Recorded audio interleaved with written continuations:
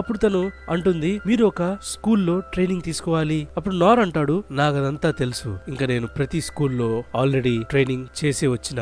ఆ మాట విన్న ఆ లేడీ షాక్ అయిపోతుంది. అప్పుడు నార్ అంటాడు, అంటే నేను ఇక్కడ నా రిజిస్ట్రేషన్ ని చేయలేను అనుకుంటా కదా. తను అంటాడు, నిజంగా నా కోసం ఎలాంటి పని లేదా? అప్పుడు మనం చూస్తాం అక్కడ పాత మేనేజర్ తిరిగి వచ్చేస్తాడు. ఇంకా తనతో అంటాడు, నువ్వు ఇక్కడ గొడవ చేయడం ఆపే. అప్పుడు నార్ అంటాడు, మీతో మళ్ళీ కలిసి నాకు చాలా సంతోషంగా ఉంది సార్. అప్పుడు ఆ వ్యక్తి అంటాడు, నువ్వు ఏమంటున్నావు? నేను ఎప్పుడు చూడలేదే, ఒక సెకండ్ ఆగు, నువ్వు నారే కదా? అప్పుడు నార్ తనకి మొత్తం విషయం చెప్తాడు. అప్పుడు ఆ మేనేజర్ తనతో అంటాడు, అయితే నువ్వు ఇన్ని సంవత్సరాలు సోలోగా ట్రైనింగ్ చేస్తానే ఉన్నావు అనమాట, అయినా నీకు ఎలాంటి స్కిల్ దక్కలేదా? అయితే విను, అడ్వెంచరర్స్ తన స్కిల్ బట్టి డిఫరెంట్ ర్యాంక్స్ లో డివైడ్ చేసి ఉంటారు. దానిలో ఎస్ ర్యాంక్ అన్నిటికన్నా టాప్ ర్యాంక్ అన్నమాట. ఇంకా ఈ ర్యాంక్ అన్నిటికన్నా వీక్ ర్యాంక్. ఒకవేళ నువ్వు ఒక ఈ ర్యాంక్ అవ్వాలనుకుంటే నీకు ఒక స్కిల్ కన్నా ఎక్కువ స్కిల్స్ వచ్చి ఉండాలి, కానీ నీ దగ్గర ఒక స్కిల్ కూడా లేదే. అప్పుడు నార్ అంటాడు, అంటే నేను ఏ పనికి పనికిరానా? అంటే నేను ఇంకా నా ప్రయత్నం అంతా వేస్టేనా? నీ దగ్గర ఎలాంటి స్కిల్ లేదు, కానీ ఒక అడ్వెంచరర్ కావాలంటే నీ దగ్గర ఒక స్కిల్ ఉండాలనే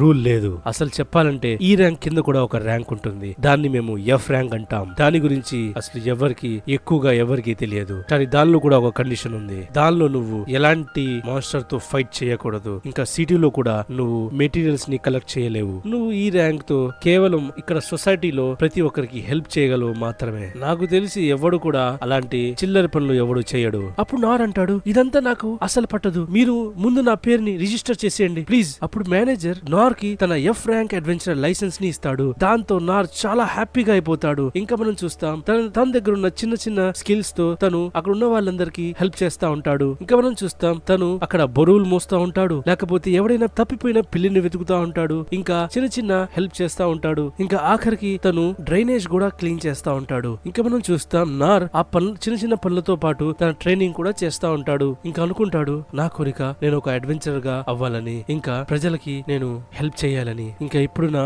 డ్రీమ్ పూర్తయింది, దానికంటే ఎక్కువ నేను ఏం చేయలేను అనుకుంటా. ఇంకా మనం చూస్తాం నార్ ఒక కన్స్ట్రక్షన్ సైట్ లో పనిచేస్తా ఉంటాడు. ఇంకా అప్పుడు అక్కడ ఒక వ్యక్తి అంటాడు, నీ వల్ల మేము మా పనిని చాలా సులువుగా ఇంకా తొందరగా చేయగలిగాము, దానికోసం నీకు చాలా కృతజ్ఞతలు. ఇంకా అప్పుడే మనం చూస్తాం నార్ కి ఒక డంజన్ లోపల నుంచి ఒక అమ్మాయి కేకలు వినిపిస్తాయి. తను అక్కడ హెల్ప్ కోసం అరుస్తా ఉంటుంది. ఇంకా నార్ అక్కడ ఆ డంజన్ లోకి వెళ్ళిపోతాడు. ఇంకా అక్కడున్న మాన్స్టర్ ని చూసి అంటాడు, వామ్మో ఈ మాన్స్టర్ చాలా పెద్దగా ఉందే, నేనైతే ఇలాంటి మాన్స్టర్ ని కేవలం బుక్స్ లోనే చూశాను, ఇంకా నా జీవితంలో మొట్టమొదటిసారిగా చూస్తున్నా, ఇవి ఇంత పెద్దగా ఉంటాయా? ఇంకా మనం చూస్తాం ఆ అమ్మాయిని కొన్ని గార్డ్స్ ప్రొటెక్ట్ చేస్తా ఉంటారు. ఇంకా వాళ్ళందరూ ఆ మాన్స్టర్ ని అంతం చేయడానికి రకరకాల ప్లేసులతో అటాక్ చేస్తా ఉంటారు. ఇంకా మనం చూస్తాం ఆ మాన్స్టర్ ఒక్క స్ట్రోక్ తోనే ఒక వ్యక్తి ఎక్కడో దూరం వెళ్లి పడతాడు. అక్కడ ఆ మాన్స్టర్ ఒక్కొక్కరిని అంతం చేసేస్తా ఉంటాడు.